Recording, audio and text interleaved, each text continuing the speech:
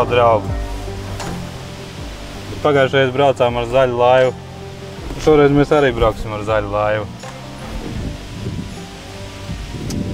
Bet nedaudz citos ūdeņos, bet pats galvenais. Šodien cepēšu kopā ar dāmu Agnesti. Prieks. Čau. Prieks, ka mani paaicināja uz tādu, varētu teikt, avantūru. Jā. Runā, ka tu nemaz neesi makšķerniece.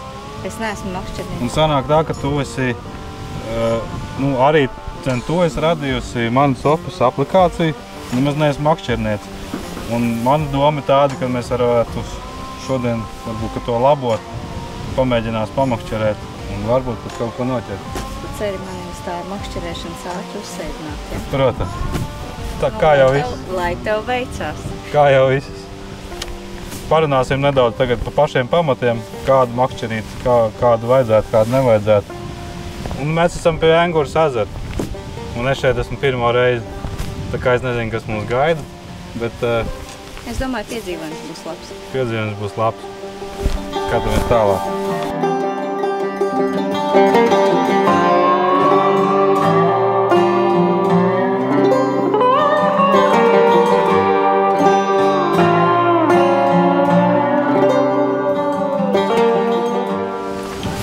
Mums ir uzdevums sekojošs. Mums vajag uztaisīt tādu makšķerītu, parasto, universālo un nestiepti garumā. Es parādīšu pa testiem. Ja? Tā varētu būt aptuveni 2,30 garumā makšķere ar testu no 10 līdz 30 gramiem. Tas ir tāda klasiskā līdaka makšķere.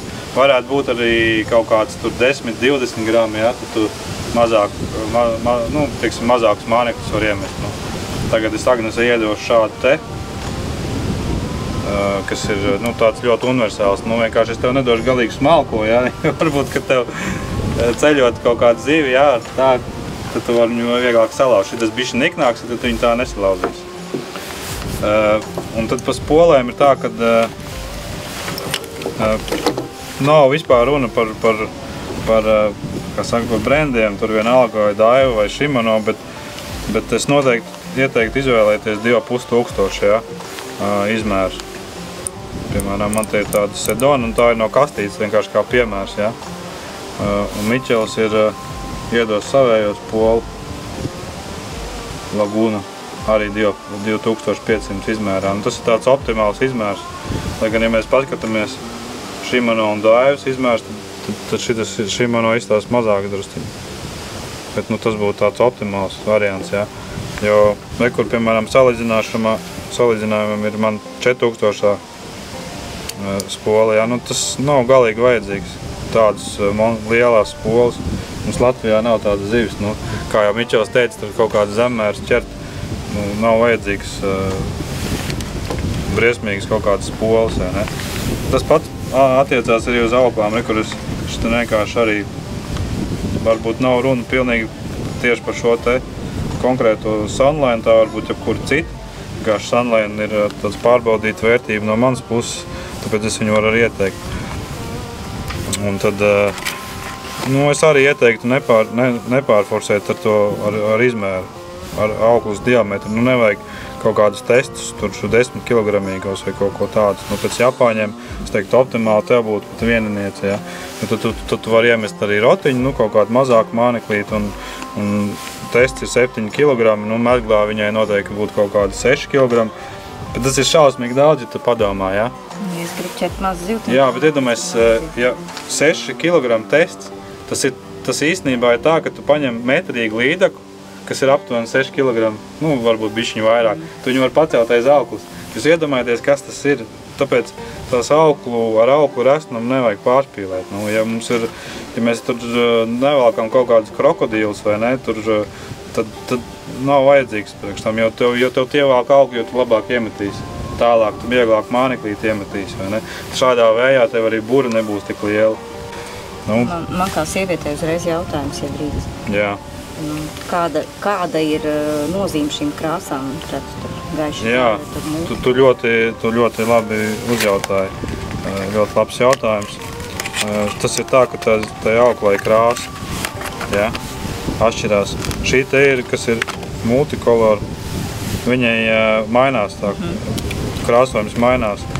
Tas ir light green, tas nozīmē, ka viņa ir zila, kas atvainojas zaļa, ja? Koša.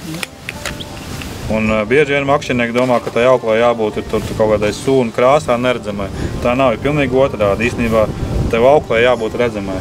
Jo tur pie mānekļa mēs tāpatās liekam pavadu.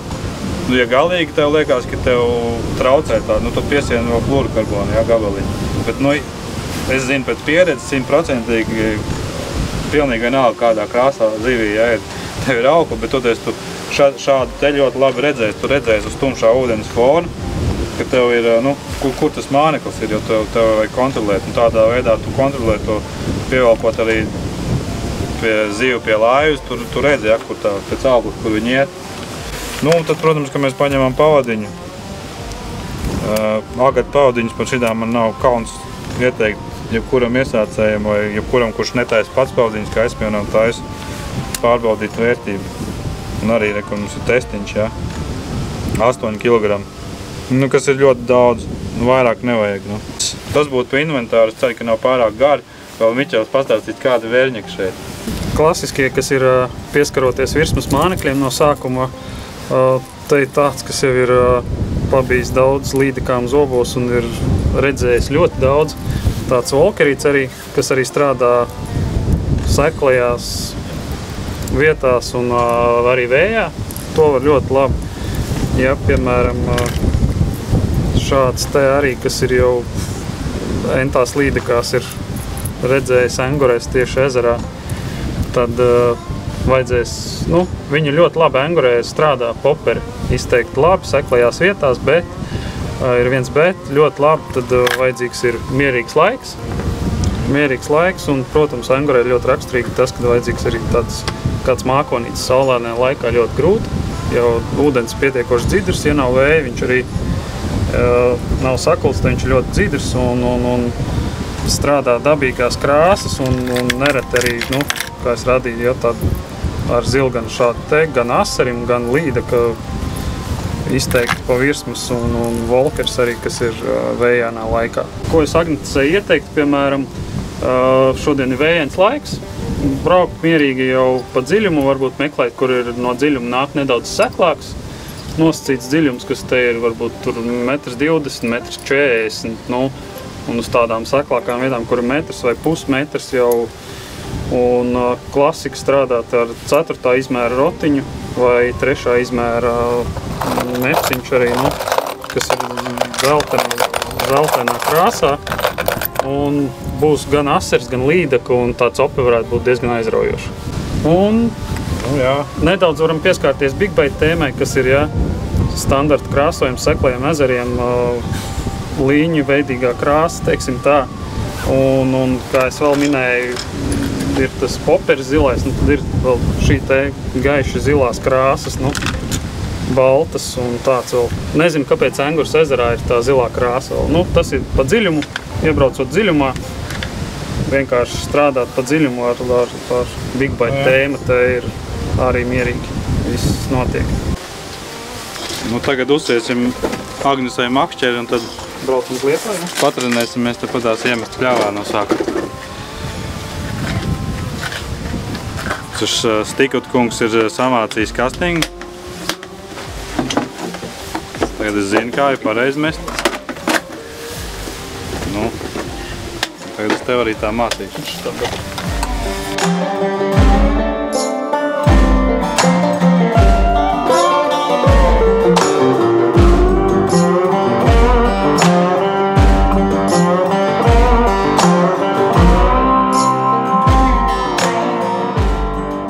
Gribu pastāstīt par pašu pamatu bezinetes polē. Tātad, kas mums ir? Šeit priekšā mums ir bremze. Ja? Ar to tu regulē, cik stipri aukli iet ārā. Ja, vienāds kaut friktīs bremze. Makšķerējot viņu jāapnoregulē tā sākumā, lai tu viņu tā kā grūti varētu izvilkt ārā. Nevajag pa mīkstu to bremzi, jo to jūs zivu nepiecirtīsiet. Ja būs nepieciešamība, tad jūs jau izvadīšanas laikā pagriezīsiet vaļāk. Lūk, tad ir ir makšķerēm, ir spolēm, kam ir tas tā kā atpakaļ gaitas slēdzīts, lai tev uz atpakaļ griežās, bet nu īstenībā tas nav vajadzīgs. Un šito mēs ieslēdzam tā, lai viņi griežās tikai vienā virzienā, ja? Savādāk tev sapīsies, sevišķi iesācējiem, tev tur apmetīsies. Nu lūk, un tad kur ir lociņš, lociņam 2 pozīcijas. Viens ir ciet, tas ir ietīšanas režīms, un tā kā viņš ir vaļā, tad auklu brīvi lido ārā. Ja? Un tā metiena tehnoloģija ir sekojoša. Mēs paņemam tā, lai māneklis būtu aptuveni šajā vietā, tad ir visvieglāk iemest. Ja? Mēs ar rīkšķi vai rādītāju, rīkšķi ne, bet ar rādītāju pirkstu auklu turam, ja? Atveram lociņu. Un tā ideja tāda, ka tu iesvārsti mānekli un tev vajag pareizā brīdī atlaist. Ja? No tā, vai tu pareizi atlaidīsi vai nē, tev vai nu aizlidos gaisā pavisam māneklis vai nokritīs zemē. Nu, tas ir treniņa jautājums. Tev vienkārši tajā pareizajā brīdī tu svārsti pāri un māneklis aizlido, viņš tā kā linga aiziet. Ja? Nu, uzreiz, jūs redzēt, uzreiz aiztaisiet lociņu pats ar roku. Es nekad nedaru tā, ka šitā, ja? Jo pirmkārt redz, ka tu vējš mums pūš vienkārši lieko auklu, tas nav vajadzīgs, un arī kaut kā šitā ir grūtāk. Tāpēc es uzreiz aiztais ciet, un mēs pietinām lieko auklu, un viss, un tagad mēs makšķerējam. Un gaidām, ka mums pieķersies zivs. Tā, kad viņi pieķersies, tad būs jau cits stāsts. Nu, lūk. Tā kā es vēl vienreiz parādīšu, un tas pamēģinās. Nekas jau sarežģīts nav. Tu sajūtīs, ja? Viņš tā kā viegls svārstās, ja? Mēs atveram lociņu, tā kā viņš ir aizmugurē, un aizlido. Tajā, tur, kur tev arī ir notāmēts makšķer kāds, ja?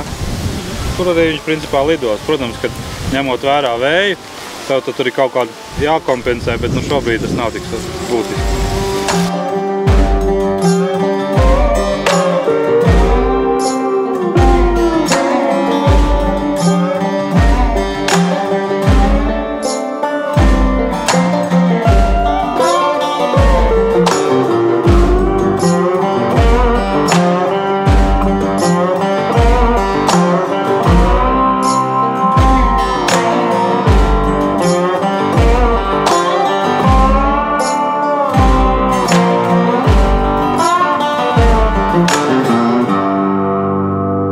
Vēl stipri. Tā ir maz līdeciņa. Šausmas. Jā. Nevajag man mazu līdeciņu. Nu, tā viņi tev pretosies, ja? Jā, viss, viņam nekas nenotiks no kādā. Nu, un šajā brīdī es to zivi uztveru, un mums ir zivs. Tāds ir mēram scenārijs. Man paliek bail.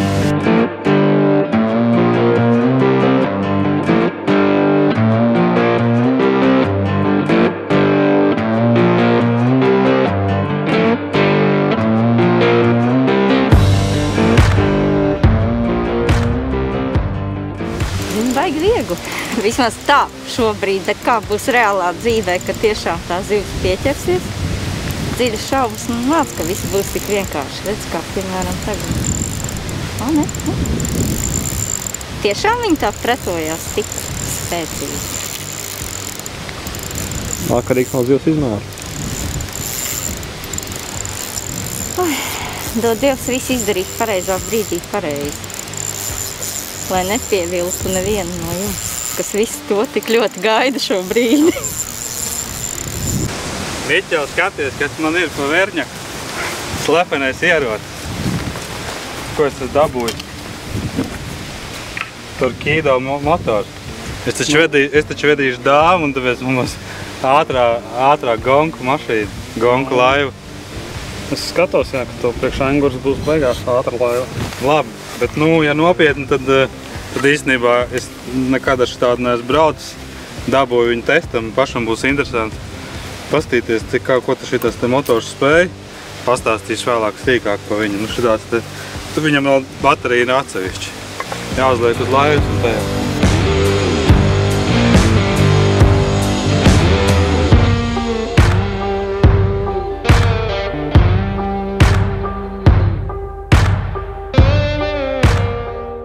Aparātam ir Litija aķis. Šitas ir akalmotors viņam. Un viņš sver 6 kg. Sanāk riktīgi viegli. Šito tu paņem atvieno nost, paņem mājās uzlādē. Šitā. Šitā. O! Ručki ņemās nost. Jāpieliek klāt viņš. Principā tāpatās gan viss. Gākārt. Nu, šādam te arī var nopirkt litiju akumulātoru noteikti tagad jau. Jā. Rekur, varbūt pie reizes mēs varam paskatīties. Tev ir tas Enduro Max, tas nozīmē, ka viņam ir variators. Jā, pareizi tā saucās. Kad viņam nav tā kā, viņš ir daudz ekonomiskāks. Skaitās, jā. Jā, ir tas C2 klastē, ir tā kā parastie, un Max sērija ir tie, kas ir ar variatoru. Nu, viņi tā kā ir, ražotāji saka, ka tur pat kaut kādi 4 reizes viņš ir ekonomiskāks, bet pēc fakta kaut kur aptuveni 3 reizes ekonomiskāks nekā parastais. Vējā viņam ir ko darīt. It sevišķi Engures plašumos, arī kur ir liela plašuma, normāls vilnis, liels vējš, varbūt tā pie jūras, tad ir patīkami, ja ir kaut kas jaudīgāks varbūt. Nu, vispār. Un šitas ir 50, tas ir maksimums, jā? Nu, es domāju, ka 55 ir, jā. Bet tas jau bišķiņ tikai, jā. Un cik tev liels aķis ir? 115, 1 un 110. 2 tev. 2, jā. Varbūt, ja jums tomēr ir tā laiva mazākas, vai tu viens topē, tad tev nav jēga ņemt pašu jaudīgāko, jo viņš jau ir milzīgs, gan aķis, gan pats. Un smags arī. Ja kaut kur ir tālu jānes, tad... Nu jā, šitas sanāk kopā vieglāks. Nu, viņš ir laikam kaut 12. Nu, drusku vieglāks. Šitas te ir, bet šitas ir visu aķi jau. To aķi jau vienu roku nevar pacelt. Nu, pacelt var, bet man es nevar. Jā, nu, vienmēr jāstos. Lielā vējā, tad arī aķi var gribāt iekšgalāt.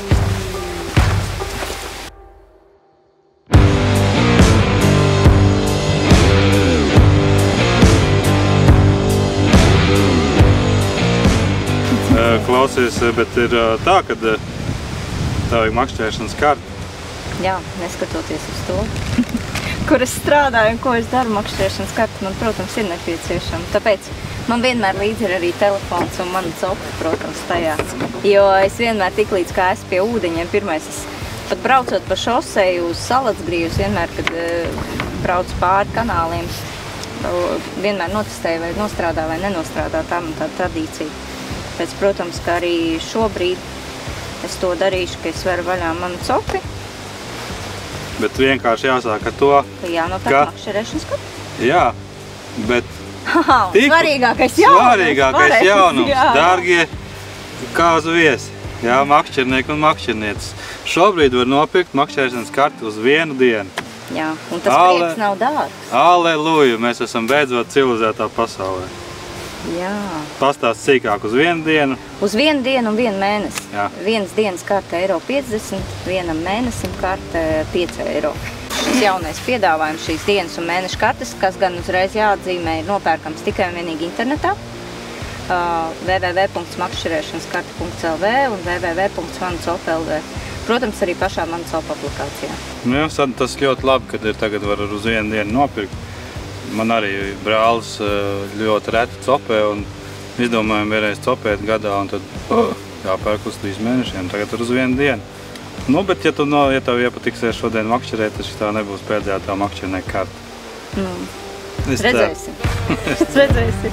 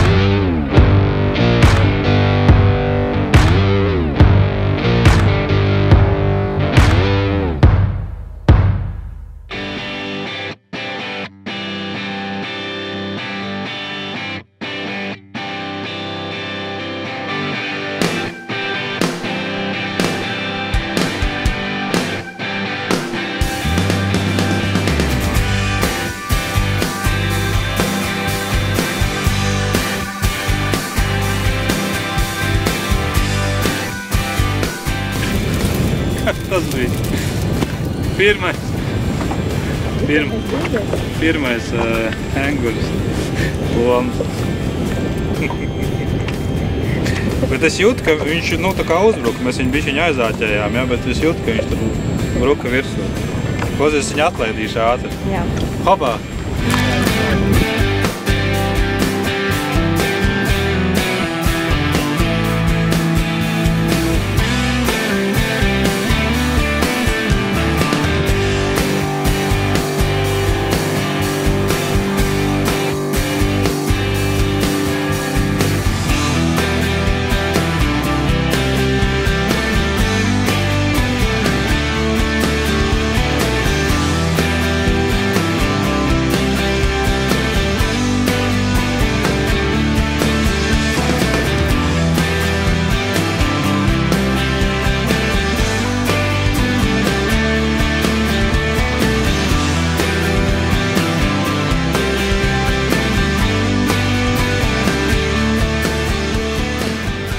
Manā copē ir pieejama informācija par, ne tikai par licencētiem ezeriem. Mēs mēģināsim lēnā garā aprakstīt visus Latvijas ūdeņus. Protams, tas nenotiks pāris mēnešu laikā, tas prasīs noteikti pat gadu, es domāju 2, lai mēs tiktu ar visu galā.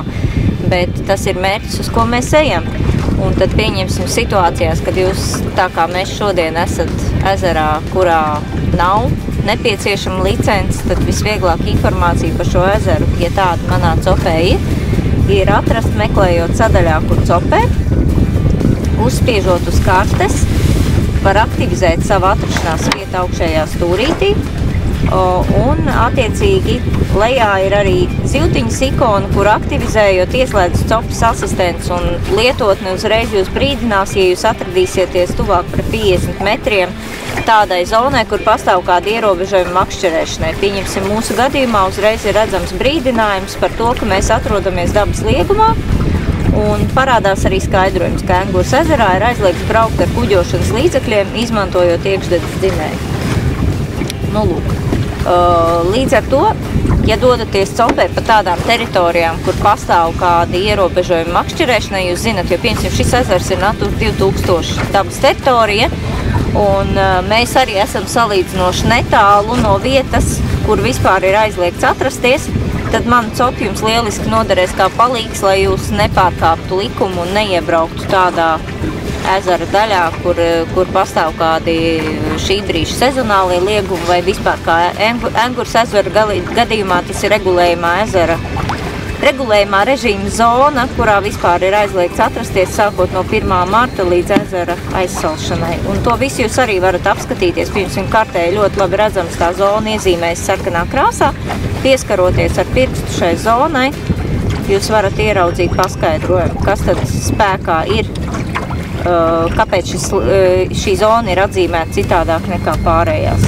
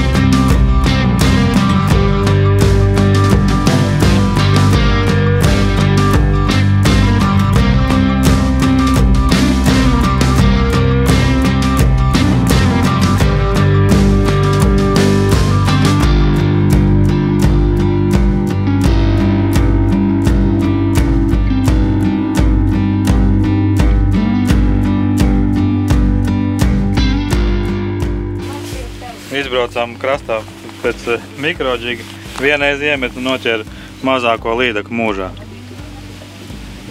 Pasties kāds maziņš. Ārprāt.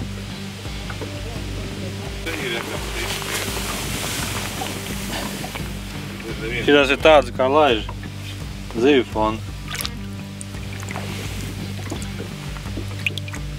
Nu, kaut kā tā. Mums plāns tāds, kad mēs pišķi pārgrupējāmies, ēdām. Tā mēģina vēlreiz. Mēs jau nepadosim. Mēs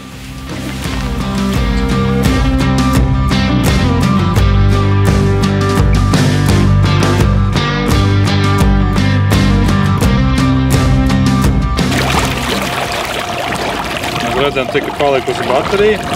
Jā, un kas interesanti, mēs redzam arī, cik ir distance palikusi, līdz kamēr baterija būs tukša.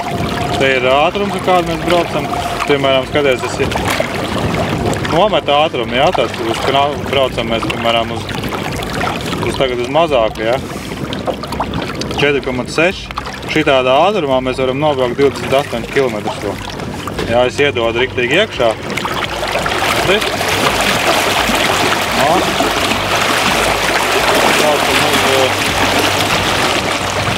uz 8 km/h.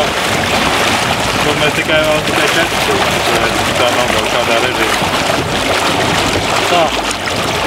Man ir asarīts. Ir? Jā. Es viņu tūlīt jau pie pašas zonas asarīts. Pasties kā. Nu, šitas ir pagaidām šodien. Šitas ir arī reģistrējumais asarīts. Lielākais asarīts šodien, jā, pasties. Tā. Bet viņš ir tik skaists. Es šobrīd reģistrēju tavu asari, kamēr tu izklaidējies, tikmēr es jau visu lieku iekšā. Tā, cik mums centimetros varētu būt? Nu, man jau īstenībā ir tas mērāmais, jā, bet šitas jau ir kaut kā 24 centimetri. Labi, un svars? Nu, varētu būt 110 grami. Ziemā šitas ir pats labums.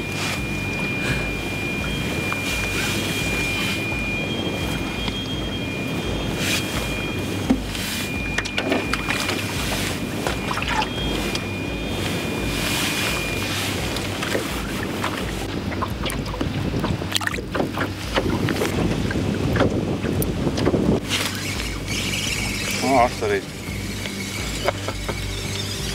Asarītis.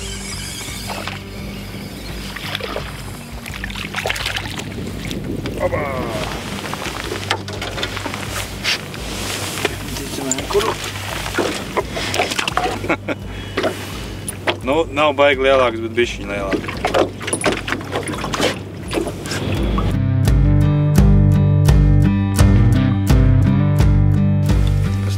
Tie ir asarīši, es domāju, redzi? Kā lai mēs viņu dabonam? Redzi pie pašām niedzēm tur tādi čik kaut kas tur tā kā notiekā. Ir? Jā, tas ir labi. Zāles? Nu nav. Iegāja zālē? Viņš iegāja zālē, jā. Jā, viņam ir tā, viņš uzreiz dur lejā. Tu vari piebraukt? Pilni. Jā. Tas ir kaut kas. Tā māja. Tur vēl kaut kāda auga. Ko ir kāds veiksmīgi atstājis. Tāpēc arī tu tur Paņem aiz rokām. Nu te ir redz, kas te pa problēmu. Te bijis aukla vēl.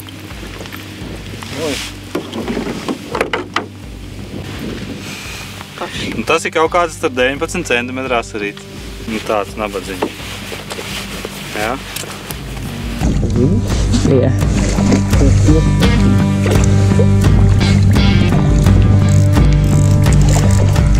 Forši. Pasties, kā viņi ir ierījusi.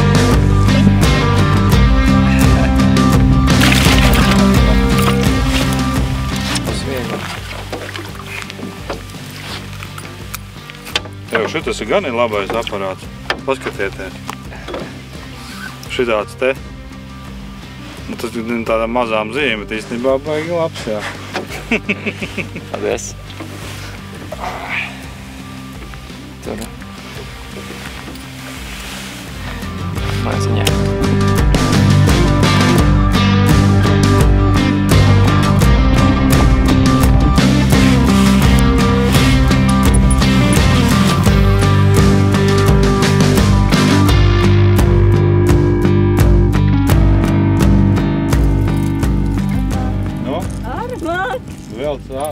šo pusi.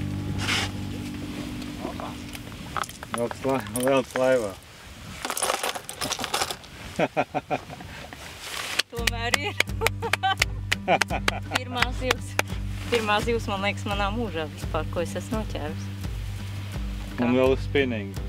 Jā, un ar pirmo metienu. Ne, otrais tas bija, vai ne, ar šito. Nu jā, tāpēc vienmēr iesācējiem nekas nav labāks kā mikrodžiks. Es tev atļauju asicēšu noķerties. Lūdzu.